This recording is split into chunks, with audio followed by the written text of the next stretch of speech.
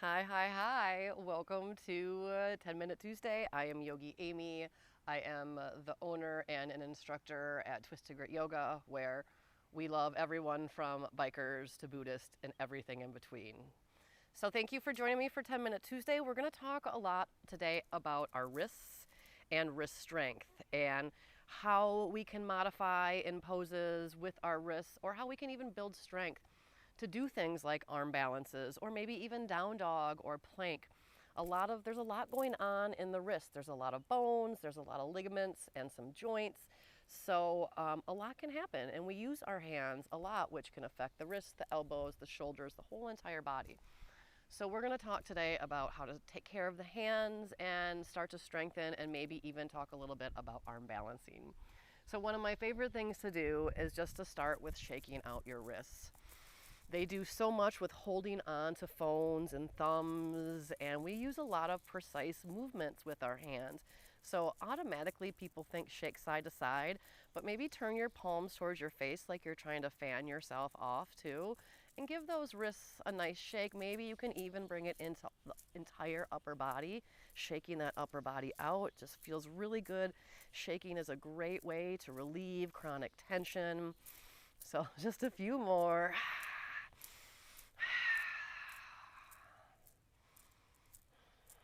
Very nice. So now we're going to pick one hand, whatever hand it is, turn the palm out and then pull the fingers down. And then the other hand is going to wrap around that hand, those fingers, and gently pull back. We don't want to lock the elbow out, but we want a little bit of a micro bend as we breathe. So important. This is stuff that normally we wouldn't take the time to just breathe and be present during. I mean, nobody is really scrolling through Instagram and being like, whoa, look at that hand stretch or that hand strength or that hand model. I mean, hands really aren't as celebrated as they should be and as taken care of as they should be. So I switch sides, just stretching out through the hands, pulling my fingers back and breathing. Now, don't pull your elbow forward. You want to keep your elbow engaged into that rotator cuff, into that shoulder there. Keep that joint really healthy and stable. Take a few more breaths. Now, if you ever want to, you can always do this one at a time, which feels really different. So I'm putting like my thumb right here and just pulling down, and my fingers feel super good. All right, shake those hands out again. Let's interlace them, turn them up towards the ceiling. Now squeeze your fingers together and then try and pull your wrists apart. So widen those elbows, but the fingers are holding on nice and tight. Maybe you feel a little stretch here. Breathe in and breathe out. I don't know if you can hear Tisha's whining in the background. She wants to do the wrist stretch. Shake it out. And then we're going to do another wrist stretch. We're going to take the top of the hands to the sides of the chest. We're going to roll our shoulder blades back and down. And as we breathe, you're going to inhale wide into those ribs, and it's going to press on the top of the hands. On the exhale, roll your shoulder blades back and down and press the air out gently with the top of the hands. Taking a few more stretches.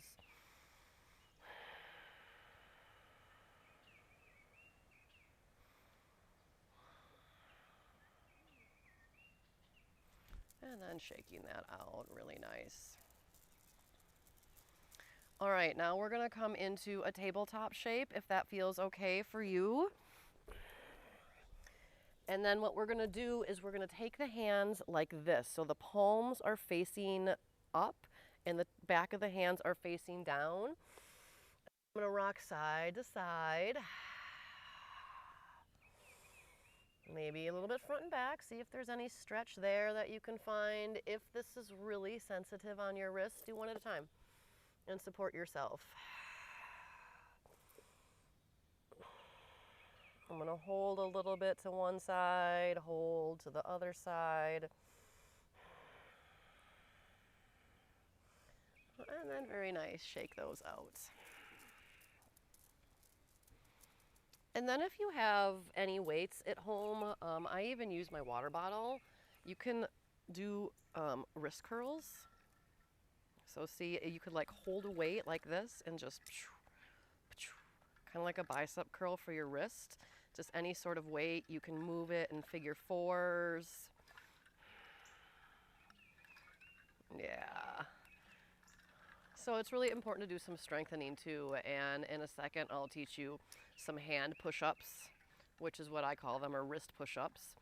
I very rarely have my hand flat in yoga anymore. My fingers are usually tented, and I'll talk a little bit about that. But here I'm just kind of mixing my water up right here. I feel this a lot in my wrists. Super good for the wrists. I mean, unless you have carpal tunnel or tendonitis or arthritis, then you definitely have to talk to an OT or your doctor or something like that. All right. So shake that out. And now I'm going to show you the wrist push-ups. Your hands are going to go flat to the floor and you're going to spread them out. Now I'm showing you like this. I'll show you on the ground in a second. I kind of think it's easier to watch. So if you pretend like the floor is right here, what you're going to do is pick your wrist up off of the floor, and your thumb and the tips of your fingers and your pinky finger are going to be on the floor, but your wrist is going to be off. And then claw the mat and then drop the wrist down. So spread your hands actively, lift your wrist up, press down through all 5 fingers, try and claw the mat, and then lower slowly down. That's the ticket right there. Slow up, keep pressing into those fingers, all the fingers. Once you get to the top of the extension, claw into the mat and then lower, so slow. And then you can do this both at the same time. I kind of like to do it one at a time just to really focus. So you lift up and you'll see your wrist is in line here with your forearm. Claw the mat, like, really try and get that mat, and then slowly release it down. Doing that a few more times. In arm balancing, it starts with a foundation. So this work may be part of the work you have to do before you arm balance. And you know what? You may never arm balance, and you are perfectly capable of being a super happy, awesome person, even if you don't arm balance. So don't put too much of your stress and your idea that the cool people are arm balancing and it's the cool thing to do. So my wrists get pretty tired after doing a few of these. So maybe build up to like 5 or 10 a day. Our wrists aren't really supposed to hold onto our body weight, but we do that so much in yoga. So when we do things like down dog, I want you to ground down into the index finger and the thumb and this webbing between it. That takes a lot of the pressure. And then the balls of the hands and the tips of the fingers as we claw. So we tend to put a lot of pressure into that carpal tunnel, and we do not want to do that because it's a tunnel. We don't want to be pressing into that tunnel. So we spread our hands actively, really trying to find this L shape of pressure and the rest of the pressure through here, and then claw at that mat. So you can try that and then lift up into down dog. So I don't know if you noticed, but I really can't even keep my hands flat anymore. It's just not how I practice. So after all of the years of doing those wrist push-ups, my hands are now tented off of the mat. So my hands are spread actively. I'm pulling up through the carpal tunnel, almost like my armpit is sucking up on that carpal tunnel. And instead of pressing down into the wrists now, I'm lengthening and strengthening those wrist muscles instead of compressing. So that might be a goal. It's one of my favorite modifications. I'm always in planks, anything like that. My hands are always tented up, pushing that floor away, gentle bend to those elbows. And that will really help to protect your wrists, because once your wrists start going, let me tell you, it's really kind of annoying to modify in yoga with wedge blocks and things like that. So we really want to take good care of our wrists. So as we start to end here, I'm going to show you one more little nice stretch that I actually learned in massage therapy school. So you bring your elbows out in front of you, and then you release one arm, put your thumb in between the middle of that hand, and then you just move circles around for that wrist. Excuse me. So really good for the wrist anytime. Just don't add any tension into the neck or shoulder or jaw or anything like that. And then the other side, Don't reach out, hold those shoulder blades in there nice and tight, and then some nice circles here. If you want to isometrically contract, you can try and pull the elbows wide, which may open up a little bit for you here. But take good care of those hands, right?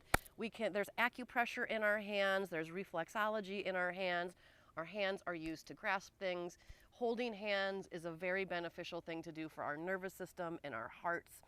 So take good care of those hands, or have someone else take good care of them. Come in, get a massage, go downstairs, get a pedicure or a manicure. But the whole idea is to take care of you and all these little parts and pieces that create this beautiful whole that is you. So I am so honored you're sitting with me here today working on these beautiful hands. I hope you have a fantastic day.